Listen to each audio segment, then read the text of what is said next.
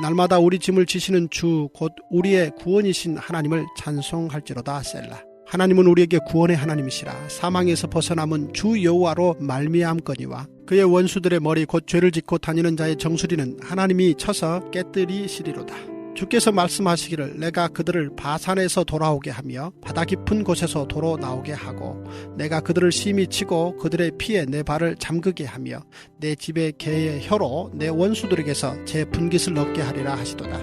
하나님이여 그들이 주께서 행차하심을 보았으니 곧 나의 하나님 나의 왕이 성소로 행차하시는 것이라. 소고치는 처녀들 중에서 노래 부르는 자들은 앞서고 악기를 연주하는 자들은 뒤따르나이다.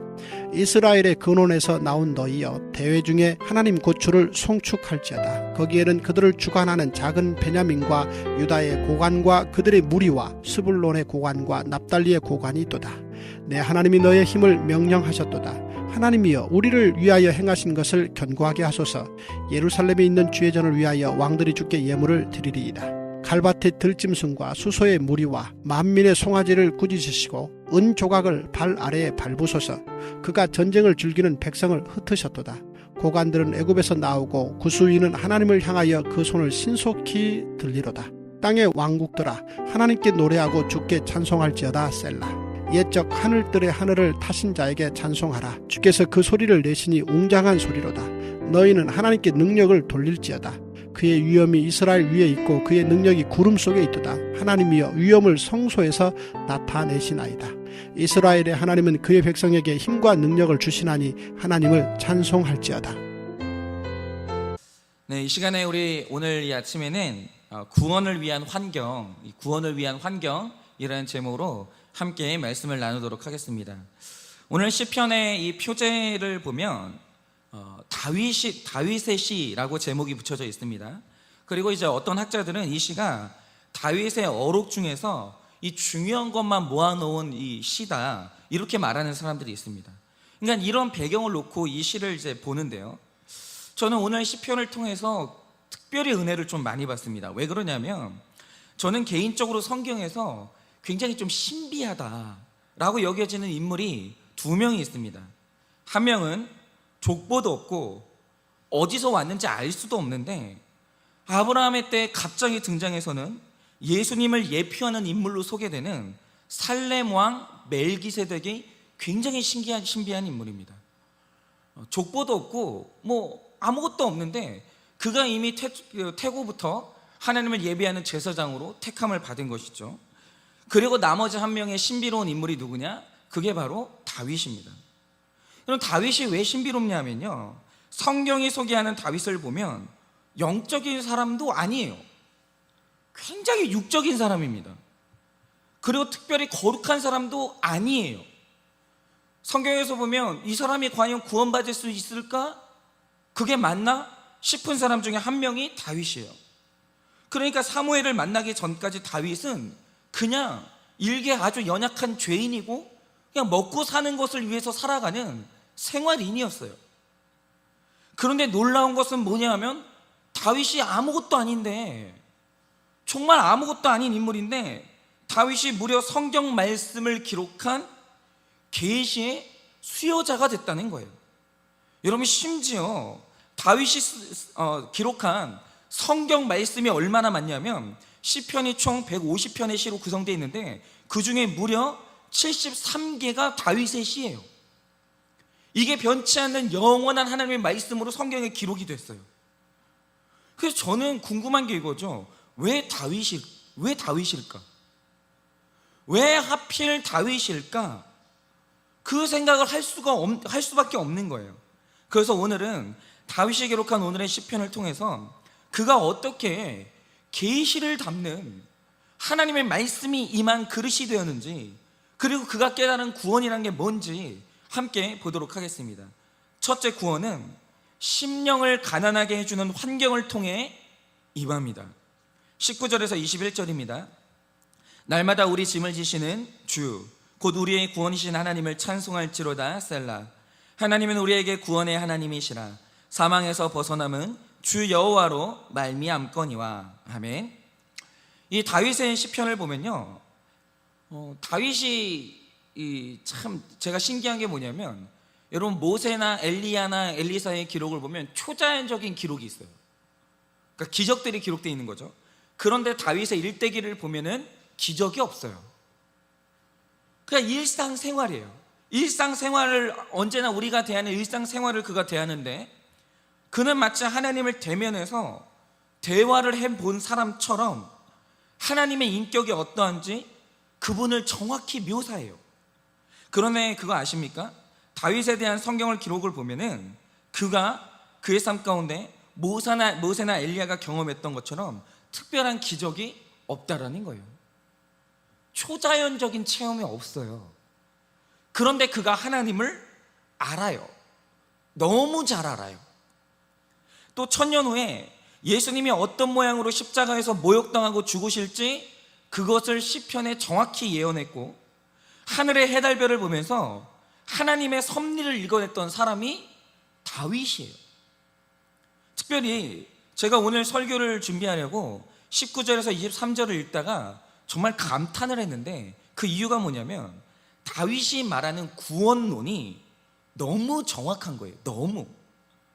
여러분, 오늘 말씀에서 다윗이 말하는 구원이 뭡니까? 딱 이렇게 정의합니다. 하나님이 날마다 우리의 짐을 대신 져주는 행위가 구원이라는 거예요. 그냥 이 말 뜻이 뭐냐면, 인간이란 내 죄의 짐을 대신 져줄 하나님이 있어야 사망에서 벗어난다라는 게 다윗의 통찰이에요. 그런데 여러분, 이것은, 이 정확한 이 진술은 신약에서 바울의 때에 와서야 그 뜻이 뭔지 정확하게 풀어진 이신칭의의 개념이에요. 그런데 무려 지금으로부터 3000년 전의 사람인 다윗이 이미 이때 구원의 본질이 뭔지 정확하게 꿰뚫고 있는 거예요. 근데 이게 정말 쉬운 게 아니거든요. 왜냐하면 이 당시 다윗을 둘러싼 종교 중에 이런 구원관을 가진 종교가 없어요. 예를 들어서 바벨론의 제사법 중에 하나가 뭐냐면, 제사장들이 아주 무거운 마루두개 신상을 어깨에 지고 굉장히 긴 거리를 걸어야 돼요. 그 실패하면 안 돼요. 그런데 이게 뭘 의미하냐면, 이 바벨론의 구원관이 뭐냐면, 신이 던져준 무거운 짐 있죠. 무거운 과제, 이것을 내가 잘 지는 것을 완성하는 것, 절대로 이 짐을 지는 것을 실패하지 않는 것이 이방인의 구원 방법이에요. 그리고 대부분 지금도 사람들이 말하는 구원 방법이 뭐냐면 이런 거죠. 내가 짐을 잘 지는 거예요. 그러니까 종교들마다 다 사람들한테 숙제를 줘요. 너 이거 내가 숙제 내줄 테니까 너 이거 잘 지면 구원해 줄게. 그리고 인간들은 다 그 짐을 짊어지고 오늘도 살아가요. 그게 구원이라는 거예요. 그런데 오늘 다윗은 뭐라고 말합니까? 구원은 내가 내 짐을 지는 게 아니라 하나님이 내 짐을 져주는 게 구원이라는 거예요. 그 누구도 자기가 자기 짐을 지고서는 한 발자국도 천국을 향해 갈 수가 없다는 겁니다. 그런데 저는 다윗이 이걸 어떻게 알았는지 너무 놀라운 거예요. 그런데 제가 궁금한 건 이겁니다. 어떻게 이런 풍성한 계시가 유독 다윗 안에 채워졌을까? 어떻게 그 많은 사람 중에 다윗이 유독 이걸 알아냈을까? 그런데 이걸 놓고 묵상을 해보니까 어렵지 않게 답이 나온 거예요. 이유가 뭐냐면 바로 하나님이 다윗에게 주신 환경이 하나님을 만나기에 너무 좋은 환경인 거예요. 너무 좋은 환경. 여러분, 다윗의 시편을 보면요, 그는 가난을 굉장히 중요하게 생각해요. 여러분, 같은 장 5절 6절을 보면 하나님이 누구 편이냐라는 걸 말하면서 그분이 고아와 과부의 편이라고 말해요. 그리고 다른 시편에서는 하나님의 집으로 인도되는 사람은 나그네라고 말해요. 그러니까 다윗의 관점이 뭐냐면, 다윗은 가난함이 하나님을 만나는데 굉장히 중요한 환경이라고 말하는 거예요. 왜냐하면 환경이 가난하면 심령도 가난해지는데 굉장히 유리하거든요. 여러분, 전쟁터를 가서 머리 위에 폭탄이 비처럼 떨어지잖아요. 그리고 만약에 오늘도 이 건물이 이제 굉장히 부실해가지고 만약에 이 건물이 무너진다고 하죠, 갑자기. 그러면 여러분, 그렇게 위기의 순간에, 내 환경이 가난해지는 그 순간에 거기서 종교가 없는 사람은 없어요. 생명이 왔다 갔다 하는 가난한 환경에서는 누구나 다 겸손해지고, 겸손해지는 인간은 반드시 신을 찾아요. 내 주먹이 안 통하는 환경에서는 반드시 그가 도움을 찾는다고요. 그런데 환경이 등 따시고 배부르게 되면 바로 하나님의 필요가 없을 가능성도 커지게 되는 거예요. 그런데 다윗을 둘러싼 환경이 어떤 환경이었습니까? 다윗은 특별히 하나님을 아버지로 붙들기에 너무 좋은 환경이었어요. 너무 좋은 환경. 여러분 다 아시겠지만 사무엘이 이새의 아들들 중에서 2대 왕을 뽑았습니다. 그래서 그 왕을 뽑으려고 그들을 만나던 날 이새가 이 사무엘의 명령을 받고 자기 집에 있는 모든 아들들을 다 불렀어요. 그런데 거기에서 다윗만 안 불러요. 왜입니까? 성경에는 정확한 이유는 아직도 기록이 안 돼 있어요. 없는데 이새의 머릿속에서 다윗은 그 집의 종은 분명히 아니었어요. 그런데 분명한 건 아들도 아니었어요. 종도 아닌데 아들도 아닌 존재. 무슨 사연인지는 몰라요. 그걸 다윗이 기록을 안 했기 때문에. 그런데 어쨌든 간에 다윗은 이새에게는 종으로 내칠 수도 없고 아들로 받아들일 수도 없는 존재였어요. 그날 아들들을 부르라는 사무엘의 말에 이새가 다윗만 뺀 건 실수가 아니에요. 왜냐하면 이새는 다윗을 아들로 생각을 안 했어요. 또 성경에서 이 다윗의 형제들이 다윗을 대하는 태도를 보면 같은 집의 형제로 여겨주지를 않아요. 굉장히 무시하고 그가 어떤 말을 할 때마다 그 큰 형이 굉장히 그를 꾸짖고 무시하는 것을 볼 수가 있어요. 그러니까 이 집에서 이제 다윗은 왕따였던 거죠. 그런데 이 극심한 소외감과 거절감 속에서 다윗은 시편 27편 10절을 통해 이런 고백을 합니다. 내 부모는 나를 버렸지만 여호와는 나를 영접하시리이다. 여러분 다윗이 하나님을 아버지로 만났어요. 아버지로. 여러분 왜입니까? 그는 자기를 아들로 여겨주는 아버지가 없는 환경에서 자랐거든요. 그런데 그 환경이 하나님만 내 아버지가 되실 수 있다는 사실을 깨닫기에 아주 좋은 환경이었어요. 여러분 마찬가지로 레아가 하나님을 여호와를 자기 남편으로 만났어요. 왜입니까? 그는 믿고 의지한 자기 남편이 없었어요. 언제나 야곱은 내 남편이 아니라 라헬의 남편이었거든요. 그러니까 그가 남다르게 하나님을 만난 거예요. 그래서 사실 이새는 구원의 관점에서 보면 다윗에게 하나님을 아버지로 만나게 해준 최고의 아버지예요. 최고의 아버지. 또 다윗은 인생의 절반을 사울에게 쫓겨서 임시 거처에서 살았습니다. 그 환경 속에서 다윗은 이 땅에서 나는 나그네일 뿐이고 내 집은 천국밖에 없다는 사실을 깨달아요. 그래서 그가 왕이 되고 왕궁에서 살았지만 그는 날마다 자기가 나그네임을 알았고 언젠가 천국에 가야 된다는 사실을 늘 잊지 않았어요. 그가 하나님 나라를 사모했어요. 왜냐하면 그가 그런 환경을 살아봤거든요. 여러분 또 왕이 된 후에는 자신의 충신 우리아를 죽이고 밧세바를 취한 죄가 폭로돼서 나단 선지자 앞에서 분수령적인 회개를 하던 날 다윗은 이 무거운 죄의 짐, 내 힘으로 벗어날 수 없는 이 성적인 죄의 짐을 내가 지고서는 단 한 발자국도 천국을 향해 갈 수 없다는 사실을 깨달았어요.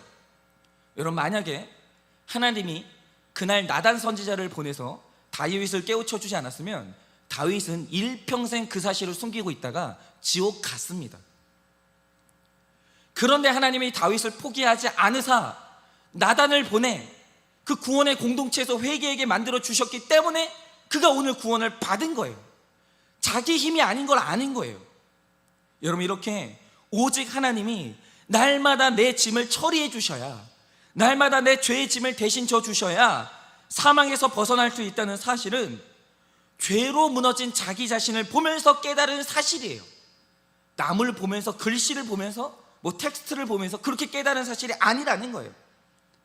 반면 다윗은 나는 부자라고, 나는 억울하고, 나는 죄 없다고 하다가 끝내 성령이 떠난 사람을 두 눈으로 똑똑히 봤는데 그게 누굽니까? 그게 바로 사울이에요. 여러분, 다윗은 원수 사울을 통해서 심령이 부자인 사람, 절대 자기 죄를 인정하지 못하는 사람이 절대 하나님을 만날 수 없다는 사실을 똑똑히 깨달았어요. 그런데 그럴 수밖에 없는 게 뭐냐면, 여러분, 사울이 기골이 장대하고 너무 외모가 수려했어요. 여러분, 사울이라는 사람이 사람들에게 인정받는 게 너무 쉬운 사람이었어요. 다윗하고는 달랐어요. 환경이 그의 구원을 막아섰던 거예요. 그래서 그는 심령을 가난하게 만들어주는 환경이, 하나님이 나에게 부으셨던 저주라고 생각했던 이 환경이 복 중의 복이라는 사실을 깨달았어요. 여러분, 삶에 십자가가 있는 사람은 은혜로운 찬양을 할 수 있고, 기가 막힌 고난이 새 노래를 부르는 비결인데, 제가 이거를 눈으로 보게 된 때가 있었는데, 제가 한 분은 이제 소그룹에서 나눔을 하는데 질문이 뭐였냐면, 룻기 말씀을 가지고 나누다가 내가 머물러야 될 베들레헴이 어디인지, 절대로 가면 안 되는 모압이 어디인지를 우리가 나눔을 한 거예요, 질문을 가지고. 근데 한 집사님이 뭐라고 대답을 하시냐면, 이분이 이제 아버지가 건설 회사의 회장님이고 굉장히 재산이 많았어요. 그러니까 이분 말에 의하면 삼성동에 그 엄청나게 비싼 거리에 빌딩이 몇 개가 있었고, 캐나다에 땅이 정확하게 그 수치는 모르겠는데 하여튼 몇백만 평? 그 정도 되는 땅을 가지고 있었다라는 거예요. 그런데 이제 말씀하시는 게 뭐냐면, 지금은 그걸 다 잃었는데 자기가 자꾸 예전에 가지고 있었던 그 수많은 땅들과 건물들이 자꾸 생각이 난다는 거예요. 지금은 그게 완전히 사라졌는데 여전히 이게 눈 감으면 그때 재산들이 생각이 난다는 거예요. 그러면서 자꾸 가고 싶고 갖고 싶고 잊혀지지 않는 그 재산들이 자기 모압이라고 말씀을 하시는 거예요. 그러니까 이 말씀이 딱 끝나니까 그 모임을 인도하고 있던 그 평신도 지도자가 그런 말씀을 하시는 거예요. 집사님, 만약에 집사님이 그 재산들 중에 하나라도 남아 있었으면 집사님은 오늘 우리랑 같이 이 자리에 없다고. 그런데 그 말이 맞아요. 여러분, 그분이 그 많던 재산 다 잃고 환경이 좋아지니까 하나님이 필요하다고 두 손 두 발 다 들고 교회에 온 거지, 만약에 그 재산 다 있었다라고 한다면 그 나쁜 환경에서 가난하고 못 배운 사람들과 같은 지체가 돼서 같이 밥 먹고 같이 자기 죄 나누고 같이 형제 자매로 살 수 있냐? 그렇게 못 살아요. 왜냐하면 예전에 그분이 그렇게 안 살았거든요. 재산 있으니까 안 배웠겠어요? 배웠죠. 미국 가가지고 MBA 학위도 땄어요. 그리고 그분 취미가 뭐냐면, 여러분, 우리 중에 아이스하키 하시는 분도 있습니까? 없죠. 그분 취미가 뭐냐면 아이스하키예요. 여러분, 그분이 예전에 못 배운 사람들, 못 먹는 사람들, 가난한 사람들하고 같이 놀았을 것 같습니까? 말도 안 섞었어요. 그런데 그분이 왜 그 사람들하고 친구가 되면서 똑같이 그분들과 내가 죄인이라고 고백할 수 있겠어요? 환경이 너무 좋아진 거예요. 그 환경이 뭡니까? 내 죄를 보는 환경. 내 재산이 완전히 날아가가지고 하나님 은혜가 없으면 그나나 똑같은 가난한 사람이라는 이게 깨달아진 거예요. 여러분, 이거만큼 좋은 환경이 있습니까? 또 이 설교를 준비하면서 도대체 나라는 사람이 어떻게 목사가 됐는지 그 과정을 조용히 생각해 봤어요. 그런데 생각을 해보니까 저 역시 환경이 너무 좋은 거예요. 그러니까 저라는 사람은 원래 기질적으로 오지랖이 넓어요. 오늘도 이게 우연인지 모르겠는데, 이 설교를 준비해서 그런지 모르겠는데, 제가 남의 일에 참견하다가 오늘 새벽에 남의 일에 참견하다가 오지랖 떨지 말라고 혼나는 꿈을 꿨거든요. 제가 오지랖이 진짜 넓어요. 그리고 진짜 호기심이 많아요.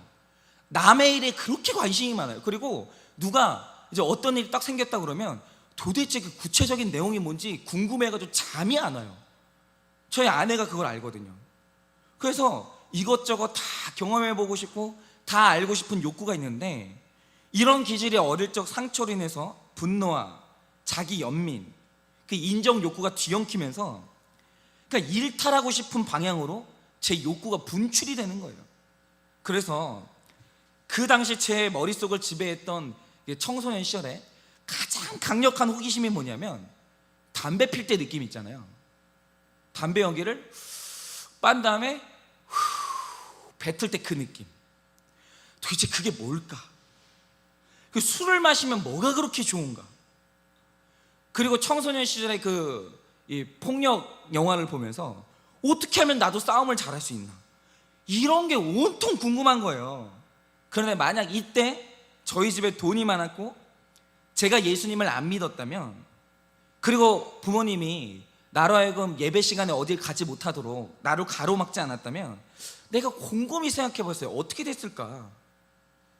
그래서 제 아내에게 한 번은 제 자신을 이제 저는 못 보는 저 객관적인 제 모습을 제 아내가 보니까 한번 물어봤어요. 여보, 내가 예수님 안 믿고 목사 안 됐으면 내가 지금 뭐 했을 것 같아? 그러니까 제 아내가 뭐라고 했냐면, 당신은 예수님 안 믿었으면 무당이 아니면 사기꾼이 됐을 것 같아, 이러는 거예요. 이게 그냥 굉장히 크게 싸울 뻔했습니다.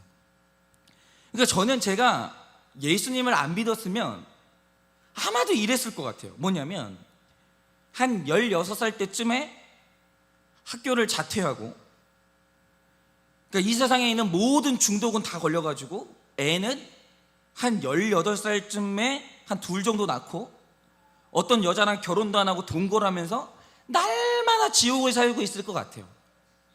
그런데 그 당시 일타를 향한 저의 동경은 이렇게 저의 삶을 망가뜨리기에 충분할 정도로 뜨거웠어요. 그래서 이 폭력 영화의 주인공이 저의 롤모델이었거든요. 쉬지 않고 내가 하고 싶은 거 다 하고, 술, 담배 빨아대고, 지나가는 사람하고 이유 없이 싸워보고 싶고, 이런 악한 욕구가 제 안에 폭발을 했었다라는 겁니다. 그런데 하나님이 주신 은혜가 뭐냐면 주머니에 술, 담배를 살 돈이 없는 거예요. 그러니까 어머니가 늘 버스비만 주셨거든요. 그러니까 걸어 다니지는 않게 해주셨어요. 너무 감사하죠. 버스비는 주셨어요. 그러니까 그 버스비를 다른 데 빼돌리고 싶어도 집하고 학교 거리가 너무 멀었기 때문에 버스비에 쓸 수밖에 없었어요. 그때 제가 깨달은 게 있어요. 그게 뭐냐면, 돈이 없는 사람은 사탄도 안 건드리구나, 사탄도 무시를 하는구나. 이 세상에 돈이 없는 사람하고 친구가 되어주시는 분은 하나님밖에 없구나, 그걸 깨달았어요. 그런데 이래도 욕구가 포기가 안 돼가지고 나도 한번 다른 사람의 돈을 뺏어볼까, 힘으로 그런 생각을 해봤더니 이번에는 몸에 힘이 없는 거예요. 어찌나 몸집이 작은지 싸움만 하면은 맨날 돈 뺏겼지 돈 뺏은 적은 한 번도 없어요. 그러면 이제 아르바이트를 하면 되는데, 이게 키가 너무 작으니까 그 당시엔 딱 봐도 너무 미성년자인 거예요. 아무 데서도 아르바이트를 안 받아주는 거예요. 이렇게 하나님은 제 악한 욕구가 분출될 때마다 결핍이 있는 환경으로 저를 다 막아주셨어요. 그래서 존 메가도 목사님이 하신 말씀이 있죠. 갈 곳이 없는 은혜가 은혜라는 건데, 제가 갈 데가 없는 거예요. 돈도 없고 힘도 없고 어디 친구도 없으니까 갈 데가 없는 거죠. 그래서 그냥 어쩔 수 없이 교회에 주저앉았어요. 그냥 갈 데가 없어가지고. 갈 데가 많은데 선택한 사람은 훌륭한 사람이에요. 저는 그냥 갈 데가 없어가지고 교회에 앉아 있었던 거예요. 그러다가 어느 날 말씀이 들리면서 하나님이 저를 만나 주셨어요. 그냥 앉아 있었는데 갈 데가 없어서. 결국 저를 살린 것이 뭐냐면, 제가 가장 싫어했던 그 결핍이, 그 환경이 저를 살렸어요. 지금도 결핍이 지긋지긋하게 싫지만 늘 하나님은 그것을 통해서 거짓되고 음란하고 포악한 저를 누르시고 지금도 저를 만나주세요. 우리 성도님들은 지금 어떤 환경에 있으십니까? 어떤 환경이든 그 환경 가운데서 내 심령이 낮아지고 구원을 주시는 하나님의 말씀이 깨달아졌다면 그게 최고로 좋은 환경이고, 그것 때문에 감사하시는 하루 사시기를 예수님의 이름으로 축원을 드립니다. 적용 질문 드립니다. 지금 어떤 환경 가운데 계십니까? 지금 어떤 환경 가운데 계십니까? 말씀이 안 들리면 최악의 환경이고, 말씀이 들리면 최고의 환경인 게 믿어지십니까? 말씀이 안 들리면 최악의 환경이고, 말씀이 들리면 최고의 환경인 게 믿어지십니까? 어떤 환경과 사람을 통해 아버지 하나님과 구원의 은혜를 경험하셨습니까? 어떤 환경과 사람을 통해 아버지 하나님과 구원의 은혜를 경험하셨습니까? 둘째로, 구원은 치열한 전쟁을 통해 임합니다. 24절입니다. 하나님이여 그들이 주께서 행차하심을 보았으니 곧 나의 하나님 나의 왕이 성소로 행차하시는 것이라. 아멘. 제가 그 예전 교회에서 사역할 때 그 다른 교회와는 조금 차별이 되는 이 어른들 사역의 이 사역 중에 하나가 뭐였었냐면 영접기도 사역이 정말 많았어요. 그러니까 이게 왜 그러냐면 그 교회 리더의 이 사연도 이제 한 몫을 하는데, 이 김양재 목사님의 사부님이 죽음 직전에 받은 복음 때문에 극적으로 구원받은 간증이 있기 때문에 이제 모든 성도님들이 마지막까지 포기하지 않고 영접기도 사역을 하시는 분들이 굉장히 많아요. 그래서 이제 언제나 때가 되면은 할 간증과 이 복음의 핵심을 준비하는 분들이 굉장히 많은데, 그런데 보통 제가 영접기도를 하러 가서 만나는 분들의 상황을 보면 육체가 무너질 대로 무너져서 생명의 숨을 마지막으로 쉬고 계시는 극도로 연약한 상태일 때가 많아요. 그러니까 환경이 가난해진 거죠. 그런데 이제 그런 상태에서 복음을 전해야 되는데 그 현장의 분위기가 어떨 것 같으세요? 여러분, 이런 상황이면 사람이 생명이 위태롭고 이제 뭐 극도로 이제 겸손해져 있는 상황이면 복음을 전하는 게, 그리고 복음을 받아들이는 게 훨씬 더 수월할까요? 물론 아까 말씀드렸듯이 육체가 완전히 무너지면 심령이 가난하게 되는데 조금 더 유리한 게 사실이에요. 복음이 증거되기에 훨씬 유리한 게 사실이에요. 그러나 저는 오히려 영접 기도를 하러 가서 오늘 이렇게 건강하고 멀쩡한 우리가 신앙 고백을 하고 믿음 생활하고 있는 게 얼마나 큰 기적인지 너무 많이 느껴봤어요. 왜냐하면 제가 예전에 94세의 어르신께 영접 기도를 하러 갔었거든요. 94세. 근데 제가 만나야 됐던 분이 누구냐면 부모님이 원불교의 스님이고 본인도 일평생 원불교를 믿고 살아오셨던 분이에요. 그래서 자녀들한테 한마디도 복음에 대해서 못하게 하셨었거든요. 건강할 때. 그런데 지금은 노안으로 완전히 육체가 무너졌으니까 하나님이 이렇게 좀 낮추시면 그래도 좀 복음을 받아들일 가능성이 있지 않을까? 이런 희망을 품고 이제 자녀분이 이제 저를 초청해가지고 찾아뵌 거죠. 그런데 아니나 다를까 복음을 전하는데 눈을 딱 감고 대꾸를 안 하는 거예요. 그러니까 제가 왔는데 인사도 안 하고 그냥 아예 그냥 외면을 하시는 거예요. 그래서 제가 너무 안타까운 마음에 예수님 믿고 천국 가고 싶으시냐고, 그냥 믿기만 하면 천국에 가시는 거라고, 그런 소망이 조금만 있으시더라도 네라는 한 말씀, 아멘이라고 한마디만 해달라고 그렇게 말하는데 끝까지 네라는 한마디를 안 하시는 거예요. 그러니까 정말 신기한 게 뭐냐면 모든 육체가 무너지면서 마음도 낮아질 대로 낮아지셨는데 복음을 거부하는 그 마음의 벽은 균열이 없는 거예요. 너무 튼튼한 거예요. 그러니까 어떻게 그 벽을 뚫고 바늘만큼의 복음이 들어갈 틈이 안 느껴지는 거예요.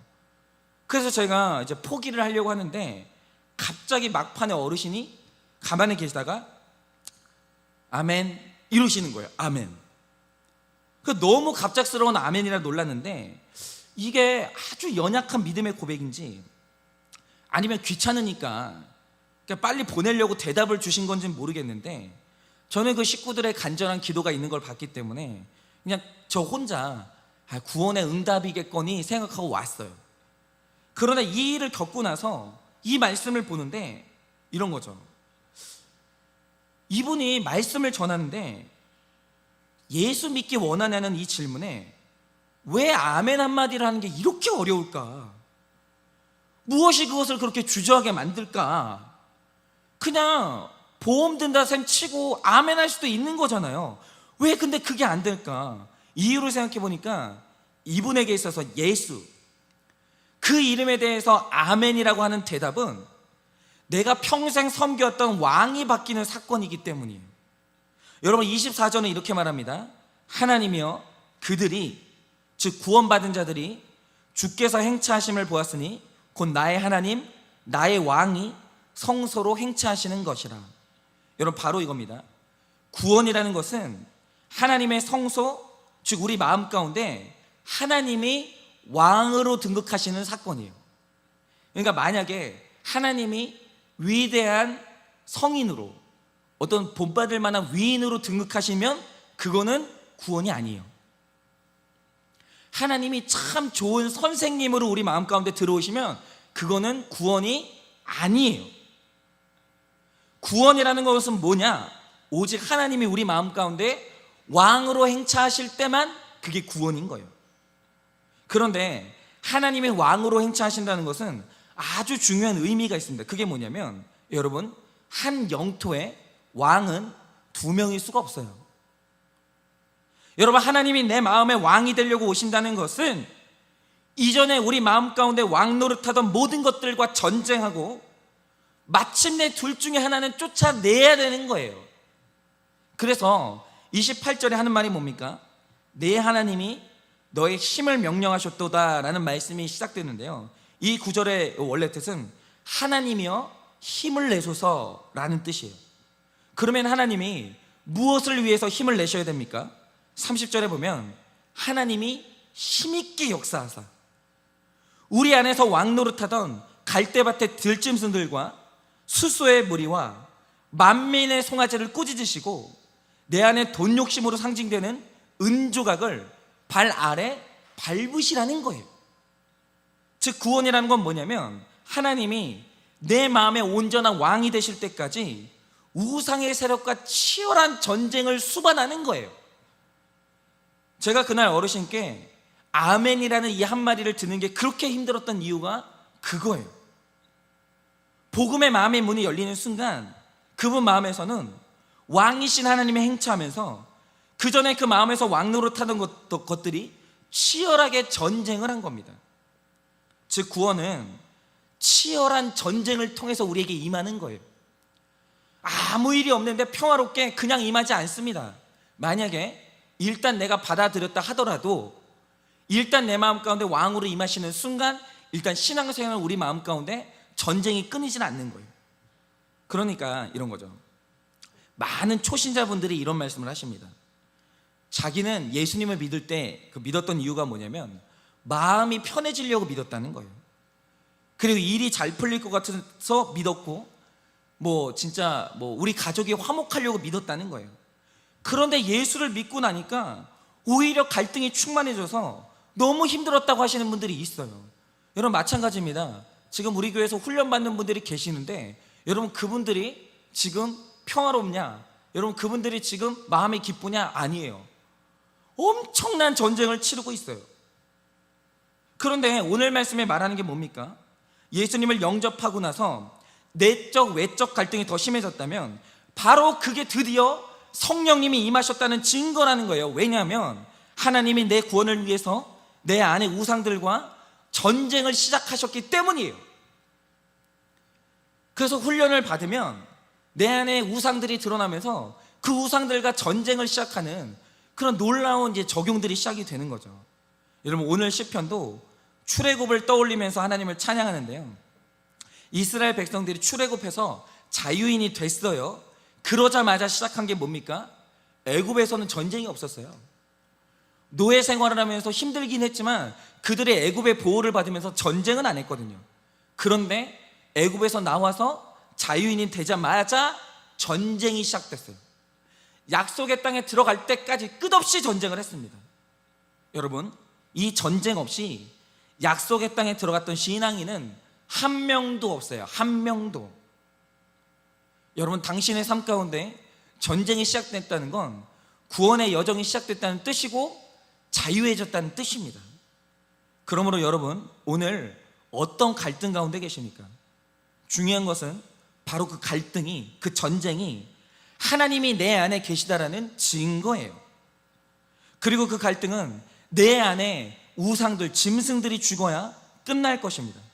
그러므로 오늘 하루도 갈등 가운데 나의 우상이 죽어지고 하나님이 온전한 왕이 되시는 하루 되시기를 예수님의 이름으로 축원을 드립니다.